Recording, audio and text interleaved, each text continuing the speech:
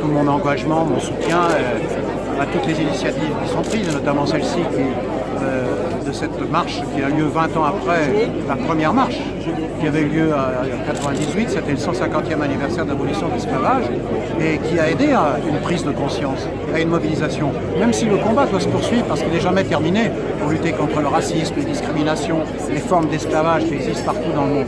Mais cette mobilisation a permis, en France notamment, de faire voter en 2001 la loi proposée par Christiane Taubira qui fait que la France reconnaît aujourd'hui que la traite et l'esclavage était un crime contre l'humanité. Mais il faut aller plus loin.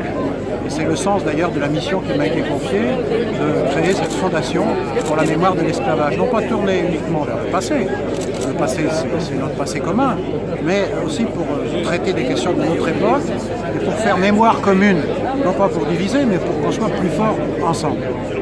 Donc, peut-être vous êtes au courant, au Sénégal, on a inauguré à la place à Gorée une place de l'Europe qui fait beaucoup de bruit. Qu'est-ce que vous pensez, vous, de cette histoire? Il y a beaucoup d'initiatives partout en Afrique et le Sénégal est très en avance aussi. J'ai eu l'occasion plusieurs fois de m'y rendre, notamment à Gorée, mais pas seulement à Gorée. J'ai été, quand j'étais maire de Nantes, signataire d'un jumelage avec Rufisque. Et ça, c'est notre histoire commune.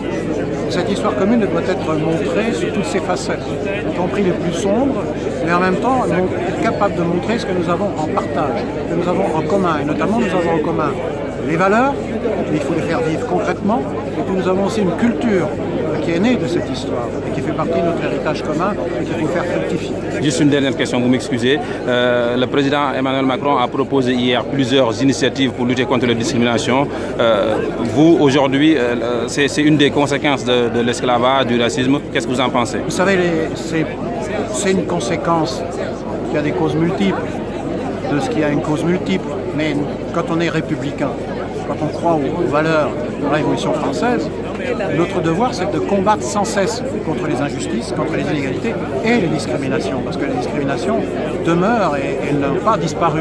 Donc, toute occasion de rappeler nos principes et de rappeler la nécessité de se mobiliser, c'est au fond pour être fidèle à ce que Aimé Césaire avait dit, que les combats pour la liberté, les combats pour la liberté totale ne sont jamais finis et c'est notre devoir de continuer à les mener. Merci beaucoup à vous, merci.